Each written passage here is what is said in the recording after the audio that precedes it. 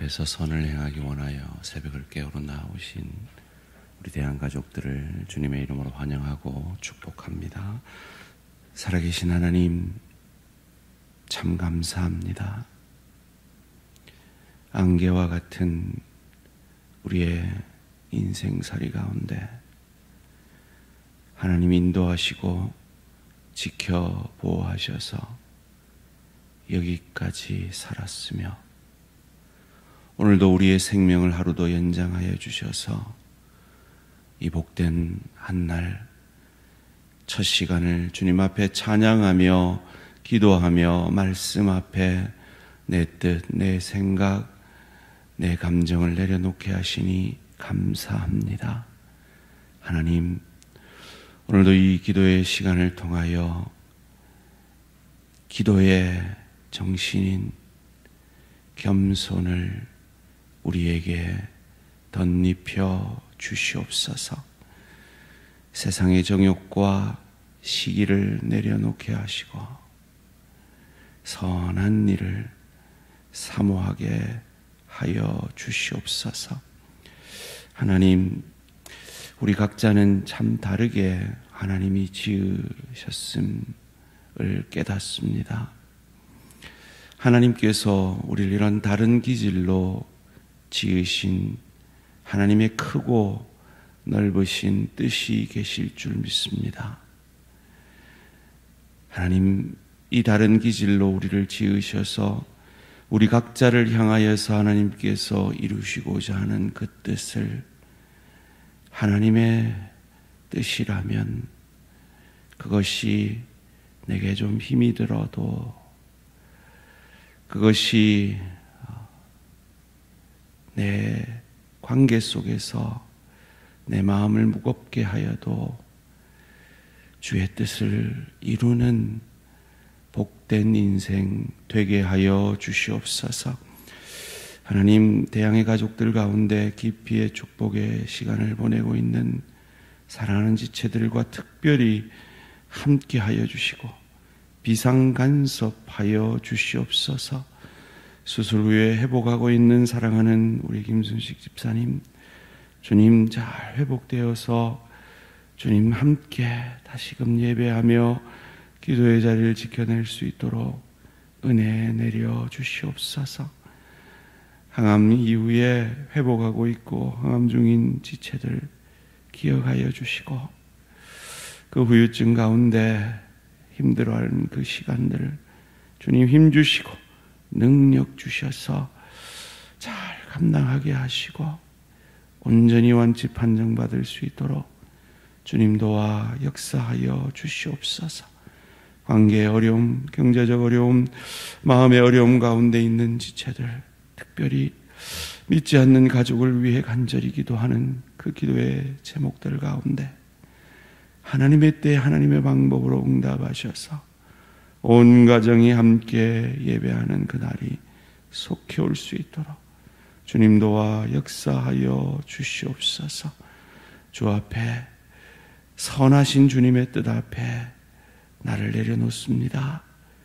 주의 성령으로, 성령 충만으로 덧입혀 주시옵소서. 감사드리오며 이 모든 말씀 주 예수 그리스도 이름으로 기도합니다. 아멘. 오늘 주신 하나님 말씀 야고보서 4장 11절에서 17절까지 말씀입니다.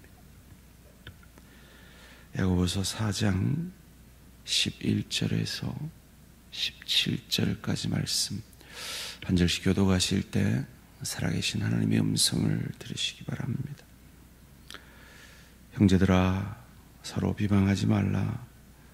형제를 비방하는 자나 형제를 판단하는 자는 그 율법을 비방하고 율법을 판단하는 것이라. 내가 만일 율법을 판단하면 율법의 준행자가 아니요 재판관이로다. 이 법자와 재판관은 오직 한 분이시니 능히 구원하기도 하시며 멸하기도 하시느니라. 너는 누구이기에 이웃을 판단하느냐? 들으라. 너희 중에 말하기를 오늘이나 내일이나 우리가 어떤 도시에 가서 거기서 1년을 머물며 장사하여 이익을 보리라 하는 자들아, 내일을 너희가 알지 못하는도다. 너희 생명이 무엇이냐? 너희는 잠깐 보이다가 없어지는 안개니라. 너희가 도리어 말하기를 주의 뜻이면 우리가 살기도 하고 이것이나 저것을 하리라 할 것이오늘 이제는 너희가 허탄한 자랑을 하니 그러한 자랑은 다 악한 것이라. 함께 읽습니다. 그러므로 사람이 선을 행할 줄 알고도 행하지 아니하면 죄니라. 아멘. 비판과 비방의 차이, 그리고 선을 행함. 비판과 비방의 차이, 그리고 선을 행함이라는 제목으로 잠시 말씀을 나누기 원합니다. 어느 목사님의 설교에서 들은 얘기인데요. 미국에서 목회하는 목사님입니다. 미국 사람들이 가장 많이 아는 성경 구절이 무엇일까 하는 이야기입니다. 여러분, 뭘 것 같아요? 흔히들 요한복음 23장 1절일 것이다.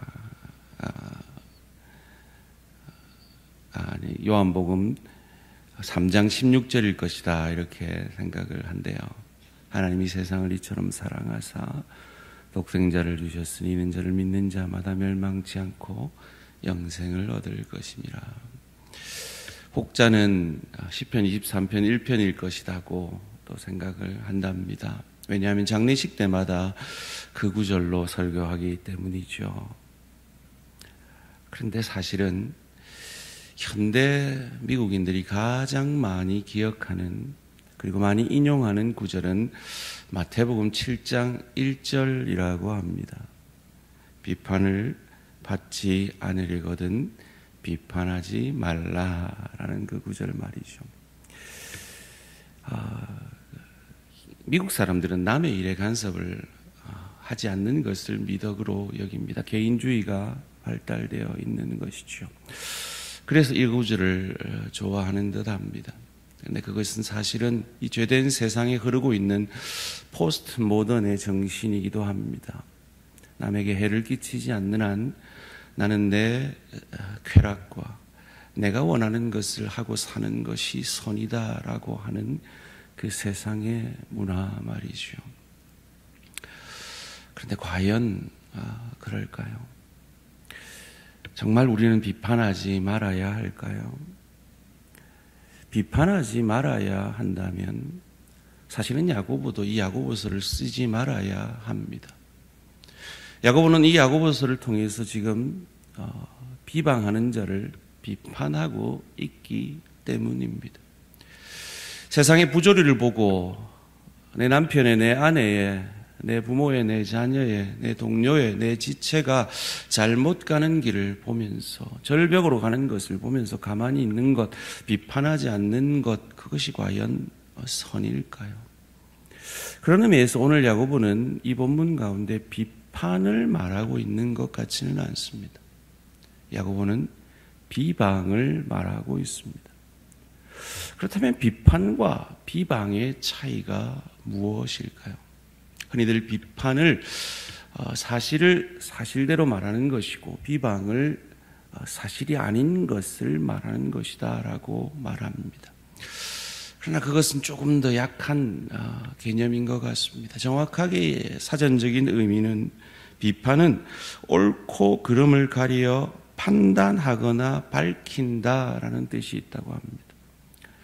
비방은 그 잘못된 것을 들어 남을 비웃고 헐뜯어서 말한다라는 뜻이 있다고 합니다.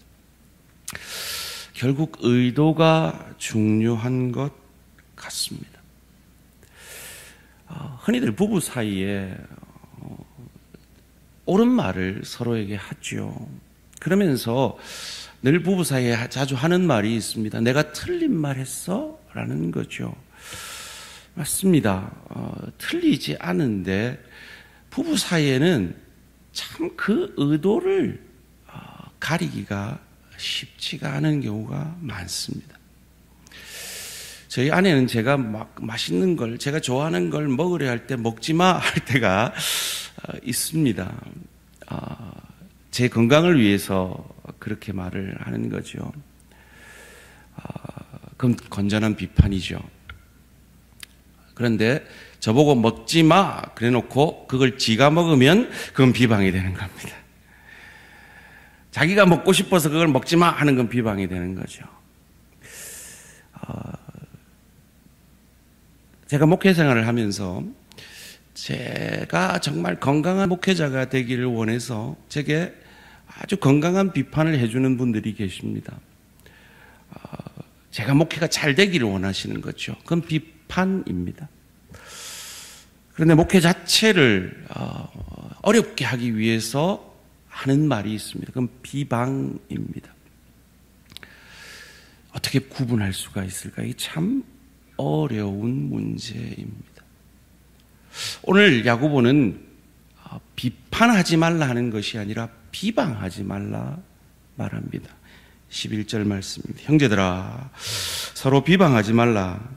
형제를 비방하는 자나 형제를 판단하는 자는 곧 율법을 비방하고 율법을 판단하는 것이라. 내가 만일 율법을 판단하면 율법의 준행자가 아니요 재판관이로다. 우리가 비판할 때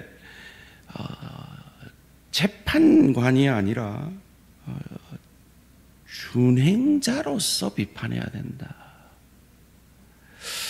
재판관이 아니라 준행자로서 비방하지 말아야 한다라는 말입니다. 결국은 의도입니다. 어떠한 마음이냐 하는 겁니다. 하나님의 마음으로 해야 한다는 거죠. 12절 말씀입니다. 입법자와 재판관은 오직 한 분이시니 능히 구원하기도 하시며 멸하기도 하시느니라. 너는 누구이기에 이웃을 판단하느냐. 여기서 이 판단은 비판적 판단이 아니라 비방적 판단을 말하고 있습니다. 고린도서 4장 5절은 말합니다. 때가 이르기 전 곧 주께서 오시기까지 아무것도 판단하지 말라. 그래서 우리가 부조리도 판단하지 말아야 합니까? 아닙니다. 내 남편이 잘못된 길을 가는데도 말하지 말아야 합니까? 아닙니다. 그러나 할 때 하나님의 마음으로 하나님처럼 해야 한다는 겁니다. 그것을 요셉은 이렇게 고백합니다. 창세기 50장 19절에서 내가 하나님을 대신하리까. 하나님이 하신 일에 대해서 요셉은 인정하고 있는 것입니다. 이어지는 본문도 그렇게 이해를 하면 이해가 쉽습니다. 아마 그 시대의 교회 성도 가운데 타지에 가서 큰 성공을 이룬 지체가 있었던 것 같습니다. 그 지체에 대해서 이렇게 말합니다. 13절 말씀입니다. 들어라. 너희 중에 말하기를 오늘이나 내일이나 우리가 어떤 도시에 가서 거기서 1년을 머물며 장사하여 이익을 보리라 하는 자들아. 여러분, 어떤 사람은요, 사업에 능력이 있는 사람이 있습니다. 지혜가 있는 사람이 있습니다. 그래서 어떤 일을 하면 큰 성공을 거두는 사람이 있지요. 그런데 그가 1년 동안 계획을 탁 잡아서 그 계획대로 다 이루고 교회로 돌아왔습니다. 그리고는 그가 어떻게 성공을 이루었는지를 자랑을 하죠. 마치 우리 주변에 내가 말이야 비트코인 100원 할 때 말이야 그걸 사가지고 삼성전자 1000원 할 때 말이야 내가 그걸 사가지고 내가 사업을 이렇게 했는데 라고 자랑하는 사람이 있는 것처럼 말이죠. 여러분, 그런 사람들의 말을 들으면 어떻습니까? 기가 죽습니다. 부럽죠. 시기가 생깁니다. 거기다가 나도 모르게 내 안에 정욕이 생기죠. 그런데 그 의도가 선했다면 그러지 않겠죠. 그 말을 했던 사람이 그 상대방의 입장이 되어서 긍휼의 마음으로 지혜롭게 했다면 그런 마음이 생기지 않았을 것입니다. 야고보도 그것을 인정하는 것 같습니다. 그래서 16절을 이렇게 말하고 있습니다. 이제도 너희가 허탄한 자랑을 하니 그러한 자랑은 다 악한 것이라. 자랑을 목적으로 한 그 말, 그것은 비방과 같은 의도다라고 야고보는 해석하는 듯 합니다. 그런 마음이 들 때, 그런 자랑을 하고 싶을 때, 그래서 자기를 증명하고 싶을 때 꼭 기억해야 하는 한마디가 있음을 야고보는 말합니다. 14절 말씀입니다. 내일 일을 너희가 알지 못하는도다. 너희 생명이 무엇이냐? 너희는 잠깐 보이다가 없어지는 안개니라. 여기서 안개라는 말은 우리의 생명을 가리키고 있습니다.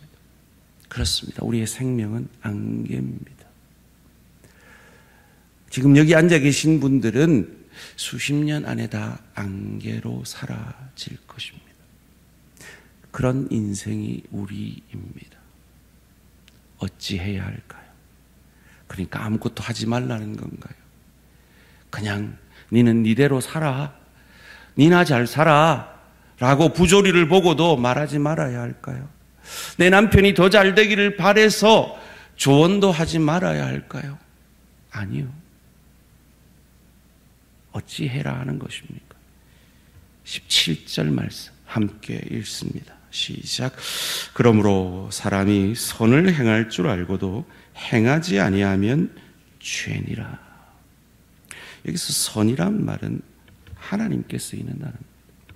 즉 하나님의 뜻인 줄 알면서도 하나님의 마음을 가지고 하나님이 내게 주시는 그 마음을 알고도 하지 않으면 죄라는 겁니다. 하라는 겁니다.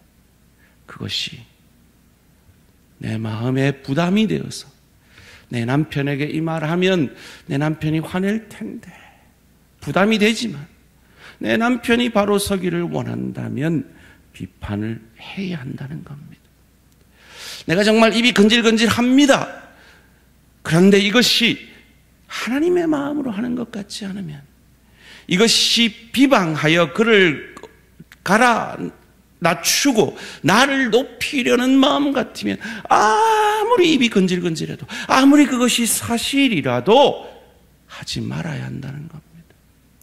주의 뜻이면. 그런데 이게 기질적으로 쉬운 사람이 있고 어려운 사람이 있습니다. 저는 사교 안정형입니다. 저는 누군가를 비판하는 것을 상당히 어려워하는 기질입니다. 그래서 제가 교육자들한테 한마디 해주고 싶어도 그냥 참고 넘어가 주는 경우가 대부분입니다. 그래서 우리 교육자들이 유익을 얻지 못할 때가 있습니다. 그때는 제가 며칠 기도 단단히 하고 단단히 마음 먹고 한번 저답지 않게 용기를 내어서 비판해야 합니다. 근데 기질적으로 이게 너무 쉬운 분들이 있습니다. 비판하는 것이 그리 어렵지 않은 분들이 있습니다. 근데 그런 분들에게 필요한 건 지혜입니다. 내가 이 말을 했을 때 저 비판하기 어려운 저 김 목사 같은 저런 스타일이 잘 받아낼 수 있을까? 특별히 점검해야 되는 건 지금 저 김 목사가 배가 부른지 배가 고픈지를 점검해야 됩니다. 우리가 왜 밥 먹고 합시다 이 말을 자주 합니까? 배가 불러야 사람은 여유가 있기 때문입니다. 배고플 때 신경 예민할 때 하면 아무리 좋은 비판이라도 받아들이기가 쉽지가 않습니다. 지혜가 필요합니다. 하나님의 지혜, 하나님의 마음이 필요합니다. 하나님은 주도형인 바울은 바울답게, 사교형인 베드로는 베드로답게, 안정형인 아브라함은 아브라함답게, 신중형인 모세는 신중형답게 그의 입장에 맞춰서 지혜롭게 그들을 대하셨습니다. 그런 지혜가 필요합니다. 저는 목사로서 지난 26년간 제가 조금이라도 발전한 것이 있다면 그 90%는 저희 아내의 건전한 비판 때문이었습니다. 저와 함께 동역했던 장로님들과 권사님들과 집사님들의 건전한 비판 때문에 제가 조금이라도 목사다워졌습니다. 그런데 그 시간 동안에 비방은 저를 상하게 했습니다. 며칠간 새벽 기도해야 겨우 그 상한 마음이 치유될 수 있었습니다. 우리 모두가 그러합니다. 주의 뜻이라면 사람이 선을 행할 줄 알고도 아니하면 죄니라. 하나님께서 우리 각자를 우리의 기질대로 만들었다면 그 기질대로 만드신 하나님의 뜻이 계실 줄 믿습니다. 그 기질대로 하나님의 뜻을 이루어 가야 합니다. 그러나 하나님의 마음으로, 하나님의 임재 앞에서 긍휼의 마음 가지고 그 하나님의 뜻을 이루어가는 저와 우리 모든 성도님들 되시기를 주님의 이름으로 축원합니다. 살아계신 하나님, 우리를 각자의 기질대로 지으셔서 우리의 부족을 채워가시는 하나님을 찬양합니다. 하나님이 우리를 이 기질대로 지으신 뜻이 계실 줄 믿습니다. 이 기질대로 주님 앞에 쓰임 받되 하나님의 마음으로 하나님의 임재 가운데 준행자로서, 재판관이 아니라 준행자로서 긍휼의 마음으로 나도 넘어질 수 있고 나도 쓰러질 수 있고 나도 실수할 수 있는 준행자로서 긍휼의 마음으로 주의 뜻을 이루는 저희들 되게 하여 주시옵소서. 하나님, 다음 세대를 섬길 장로님을 선출합니다. 주님, 주의 뜻이라면 그것이 내게 힘이 들어도 그 뜻을 이룰 수 있는 귀한 하나님의 사람을 주의 뜻대로 세워주시고 저를 포함하여 우리 모든 대항의 리더들이 그러한 리더들 되어질 수 있도록 은혜 내려 주시옵소서. 감사드리오며 이 모든 말씀 주 예수 그리스도 이름으로 기도합니다. 아멘. 하늘에 계신 우리 아버지여, 이름이 거룩히 여김을 받으시오며 나라가 임하시오며 뜻이 하늘에서 이루어진 것 같이 땅에서도 이루어지이다. 오늘 우리에게 일용할 양식을 주시옵고 우리가 우리에게 죄 지은 자를 사하여 준 것 같이 우리 죄를 사하여 주시옵고 우리를 시험에 들게 하지 마시옵고 다만 악에서 구하시옵소서. 나라와 권세와 영광의 아버지께 영원히 있사옵나이다. 아멘. 오늘은 인도네시아 윤상혁 선교사님을 위한 기도 제목입니다. 매단 장로 신학교를 통해 복음 사역자들을 잘 길러낼 수 있도록, 두 번째로 학교에서 가르치는 교수님들이 가르치는 일에 탁월함을 보일 수 있도록, 세 번째로 학교에 필요한 시설들이 잘 갖추어질 수 있도록 매단 장로 신학교를 위해, 그 신학교의 교수님들을 위해, 그 학교 시설들을 위해 인도네시아 윤상혁 선교사님을 위해 기도해 주시기 바랍니다. 오늘 하루도 승리하시기 바랍니다.